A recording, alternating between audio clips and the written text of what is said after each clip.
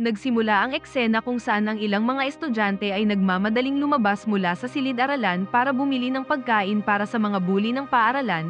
Pinamumunuan ito ni Jae-sung kasama ang kanyang vice na si Sunhoon. Ang mga bully na ito ay madalas na ginagamit ang mga mas mahinang estudyante upang magsagawa ng mga gawain para sa kanila, kasama na ang pamimili ng pagkain kung saan ginagamit nila para sa pustahan kung sino ang pinakamabilis na makakabalik. Sa kasamaang palad, ang mga mas mahinang estudyante na ito ay naging target din ng pambubuli. Pagkatapos maghintay, ang isa sa mga laging nabibiktima na si Jungwoo ay nakabalik bilang pinakamabilis. Panalo sa pusta si Jae-sung kaya naman ay mainit ang ulo ni Sunhoon sa pagkatalo. Nauwi ito sa pambubugbog nito sa isa pang estudyante na si Yoongdok. Pagkatapos ng klase, sabay na umuwi sina Yoongdok at Jungwoo habang patuloy na nanonood ng street fighting sa kanyang telepono. Ipinapahayag ang kanyang pagnanais na maging malakas para maiwasan na mabuli. Ipinaalala ni Jungwoo na hindi sila magiging malakas sa panonood lamang dahil kailangan din nilang magsanay. Pag-uwi sa bahay, iniisip ni Jungwoo ang tungkol sa insidente sa paaralan kung saan hiniling sa kanya ni Jae-sung na makipagkita sa kanya sa katapusan ng linggo. Sa una ay gusto niyang tumanggi sa kahilingan, ngunit napilitan din siyang sumang-ayon dahil mahirap nang tumanggi dahil na rin sa impluwensya ni Jae-sung sa paaralan. Sunod na araw, sina Jae-sung kasama ang kanyang grupo ay tinipon ng ilang hindi gaanong malakas na estudyante para magbigay ng mahalagang anunsyo. Inihayag nila na ang lahat ng mga errand boy ay kailangang makibahagi sa street fight tournament, kung saan haharapin nila ang bawat isa.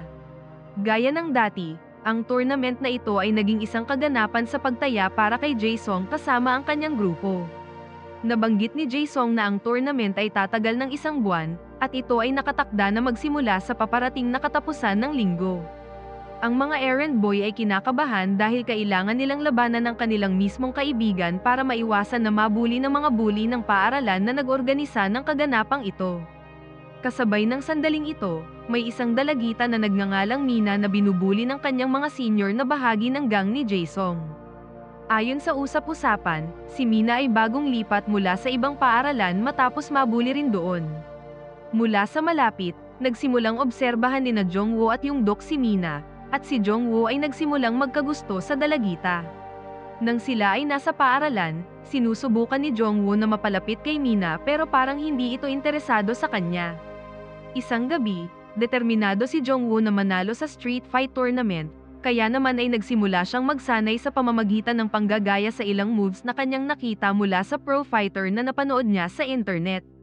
Di niya napansin na ang kanyang nakababatang kapatid na si Jongwon ay nanunood sa kanyang pagsasanay sa kanyang silid.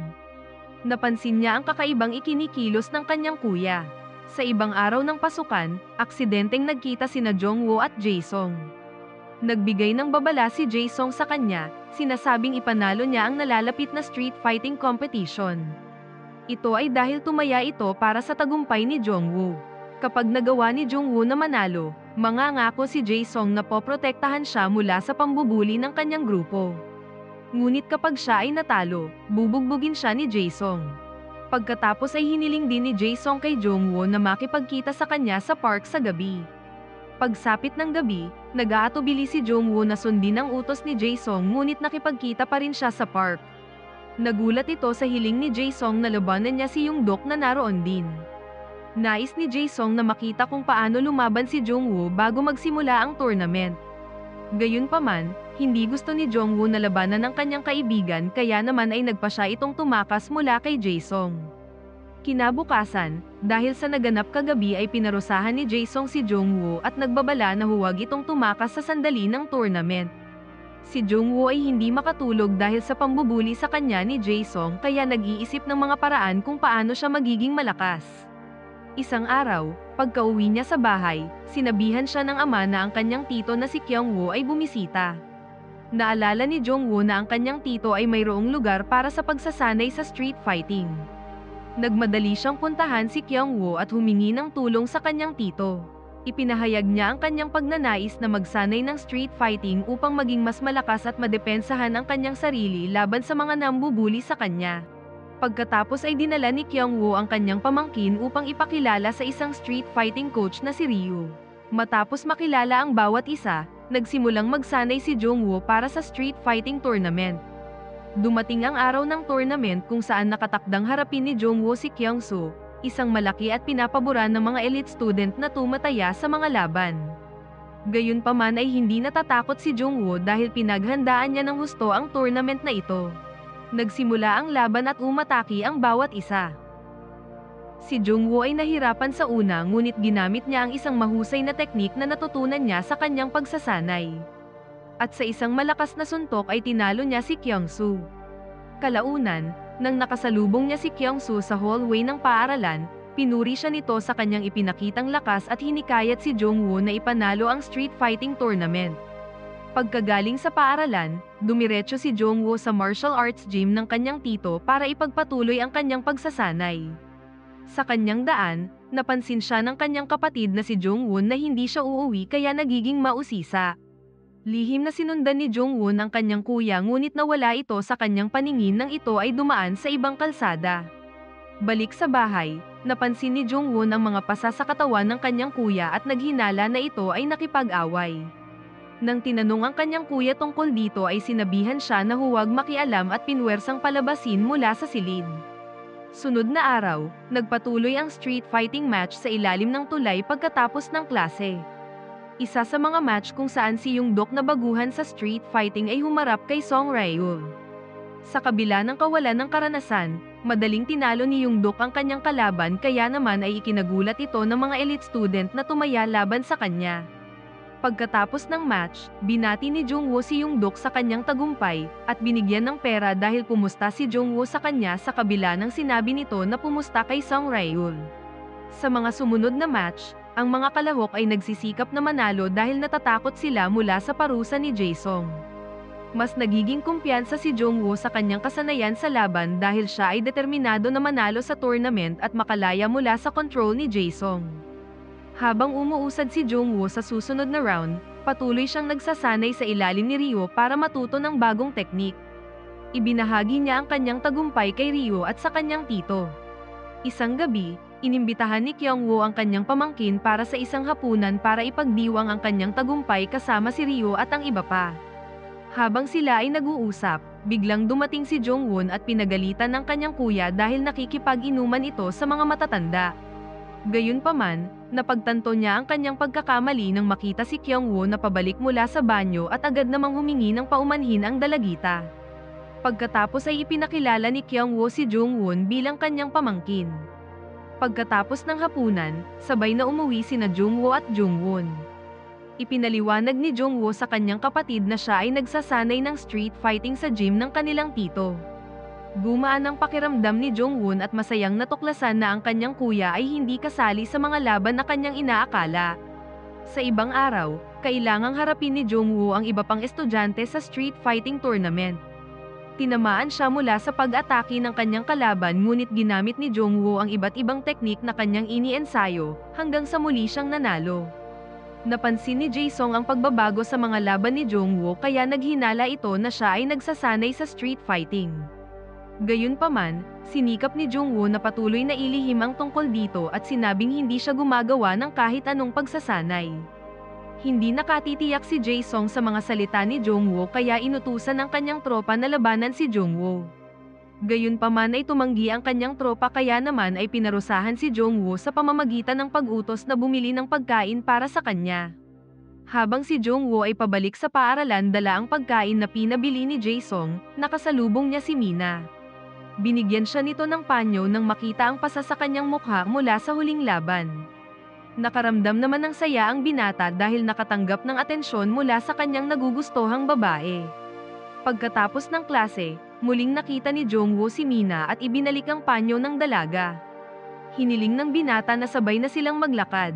Napag-usapan nila ang mga paghihirap ni Mina sa paaralan kasama ang karanasan ng dalaga sa mga pambubuli. Nabigla si Jungwoo nang nabanggit ni Mina na wala siyang pakialam sa pambubuli. Napag-usapan din nila ang street fighting tournament kung saan kasali si Jungwoo. Pagkatapos ay nabanggit naman ni Mina na narinig niya ang usap-usapan tungkol kay Jungwoo bilang pinakamahusay na fighter. Napahiya si Jungwoo at sinasabing marami sa kanyang mga kalaban ang mas magaling. Ipinahayag naman ni Mina ang kanyang suporta para kay Jungwoo para manalo sa tournament at hiniling na mag-ingat ito. Masaya naman ang binata nang marinig ang mga motibasyon ng dalaga, at nagpaalam sa pagdating ng bus. Hindi niya alam na hindi agad sumakay si Mina sa bus at nakatingin sa kanya habang naglalakad palayo. Sa ibang araw, humarap si Yoongdok sa isang mas malakas na kalaban kaya naman ay malubha itong nasaktan. Hindi matiis ni Jungwoo na makita ang kanyang kaibigan sa ganoong sitwasyon kaya naman ay hiniling niya kay Jae-sung na itigil ang laban. Gayunpaman, ikinagalit ito ni Jae-sung dahil pakiramdam niya ay inuutusan siya ni Jungwoo. Handa na rin siyang paluin si Jungwoo ng kahoy, sa kabutihang palad ay pinigilan si Jae-sung ng kanyang girlfriend at pinaalalahanan siya na si Jungwoo ay mayroon pang mga round para sa tournament. Para maiwasang mawala sa kanya ang kanyang pinakamahusay na fighter, nagpa siya ito na huwag nang atakihin si Jungwoo. Pagsapit ng gabi, nakipagkita si Jungwoo sa kanyang dalawang kaibigan na makakalaban niya rin sa tournament.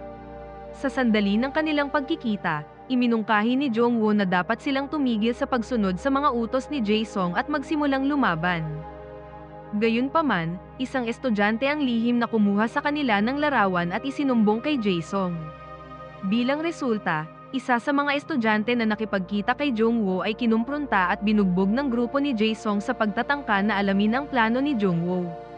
Inaamin ng estudyante na wala siyang alam sa anumang bagay at sinabi na si Jungwoo ang may hawak sa lahat ng mga pagpaplano. Sa sumunod na match, ang dalawang estudyante na nakipagkita kay Jungwoo ay itinakdang harapin ang bawat isa. Paniniwala ni Jungwoo na natuklasan ni Jae-sung ang kanilang pagkikita. Sa sandali ng laban, ang isang estudyante ay labis na napagod at malubhang nagtamo ng injury. Gayunpaman, tumanggi si Jae-sung na itigil ang laban. Napilitang gumanti ang kawawang estudyante kung saan gumamit ng armas at malubhang nasaktan ang kanyang kalaban. Habang nasaksihan ito ni Jungwoo ay galit na tumingin kay Jae-sung. Hindi nagtagal, nakita ni Mina si Jungwoo na nakaupo sa harden ng paaralan. Nawawala sa kanyang mga iniisip. Pakiramdam niya ay may kasalanan siya sa nangyari sa kanyang dalawang kaibigan sa pagkakaalam niya na sila ay malubhang nasaktan dahil sa kanya. Nawala ang kanyang motibasyon sa pagsasanay dahil sa kanyang pagiging guilty, kaya naman ay humingi siya ng payo mula sa kanyang tito. Sa kabilang banda, nagsimula na rin si Jungwoo na mag-aral ng self-defense technique sa pamamagitan ni Ryo. Pagkatapos ng pagsasanay, napansin ni Ryo na tila nalulungkot si Jungwoo at niyaya ito sa kanyang bahay upang palakasin ang kanyang loob na huwag sumuko sa tournament. Ibinahagi rin ni Ryo ang kanyang pagsisisi tungkol sa hindi niya nagawang protektahan ang kanyang mismong anak, kung saan ito ay naging biktima rin ng pambubuli. Pagkatapos ng pagkikita kasama si Ryo, si Jungwoo ay sumasalamin sa lahat ng mga bagay na sinabi ng kanyang coach. Sa kanyang daan pauwi, nagulat siya na makita si Jungwoo na hinaharas ng isang grupo ng babaeng bully at agad na nagmadali upang tulungan ang kapatid. Nagpasalamat si Jungwoo sa kanyang kuya para sa pagligtas sa kanya mula sa mga bully, at sila ay kumain ng noodles sa harap ng isang convenience store. Sunod na araw, si Jungwoo ay muling sumigla sa pagsasanay ng street fighting kasama si Ryo kung saan tinuruan siya ng mga submission technique. Pagkatapos ng pagsasanay, pinaalalahanan ni Ryo si Jungwoo na huwag palaging manatili sa mga rules sa loob ng ring. Ito ay dahil mahihirapan siyang isagawa o depensahan ang pag-atake ng kanyang mga kalaban. Pagkatapos kumain sa cafeteria ng paaralan, hiniling ni Mina kay Jungwoo na magkita sila sa katapusan ng linggo. Masaya namang tinanggap ng binata ang imbitasyon. Samantala, si Jae-sung kasama ang kanyang tropa ay nakaisip ng plano na payagan ng mga fighter na gumamit ng bagay sa sandali ng kanilang match. Bilang resulta sa pagpapatuloy ng laban, ang mga errand boys na kasama sa tournament ay sadyang nagdala ng iba't ibang gamit para makatulong sa kanila na maipanalo ang laban. Sa kabila ng mga laban na lalong tumitindi, sa kalaunan ay naipanalo ni Jungwoo ang laban at nakapasok sa finals. Para sa paghahanda sa final match, nagpatuloy si Jungwoo sa pagsasanay kasama si Ryo. Batid niya rin ang tungkol sa nakatakdang pagkikita ni na Jungwoo at Mina, kaya naman ay nagmungkahi ng lugar kung saan dadalhin ni Jungwoo si Mina. Kalaunan, habang naghahanda ang binata para sa date, nagtanong ito sa kanyang kapatid kung ano ang kanyang dapat isuot sa pakikipagkita kay Mina. Sa sandaling nakita ni Jungwoo si Mina sa napag-usapang lokasyon, dinala nito ang dalaga sa seaside villa na pag-aari ni Ryo. Ang dalawa ay mukhang masaya lalo na tinanggap sila ni Ryo doon. Mula sa araw na iyon, sina Jongwoo at Mina ay madalas na bumibisita sa villa ni Ryo. Ang tatlo ay naging malapit sa isa't isa, at ang mas higit pa ay itinuturing ni Ryo si Jongwoo bilang kanyang tunay na anak.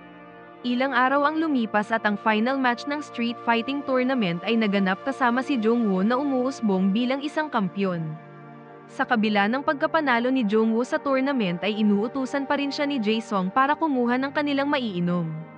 Sa halip na sundin ito ay ipinaalala ni Jongwoo ang pangako ni Jae-sung na hahayaan na ito kung mananalo siya sa tournament. Sa kasamaang palad ay hindi tinupad ni Jae-sung ang kanyang pangako na ikinagalit naman ni Jongwoo. Kaya naman ay hinamon ni Jongwoo si Jae-sung sa isang laban, sa kondisyon na kapag nanalo si Jongwoo ay hahayaan na ni Jae-sung ang lahat ng errand boys at tigilan na ang pambubuli sa kanila. Hindi na sila nag-aksaya ng oras at ang laban ni Jongwoo at Jae-sung ay nagsimula. Sa una, kumpiyansa si Jae-sung na siya ang mananalo sa laban dahil sa mabagal na gumalaw si Jongwoo. Gayunpaman, siya ay nagulat nang tinanggal ni Jongwoo ang kanyang weights mula sa kanyang mga paa. Dahil dito ay mas lalo siyang naging maliksi at nagagawang umilag sa mga suntok ni Jae-sung. Ginamit din ni Jongwoo ang submission technique na natutunan niya kay Ryo, hanggang sa nagawa niyang talunin ang kalaban. Nang si Jongwoo ay nawalan ng kontrol at walang humpay na inatake si Jae-sung, dumating si Ryo at pinigilan ito.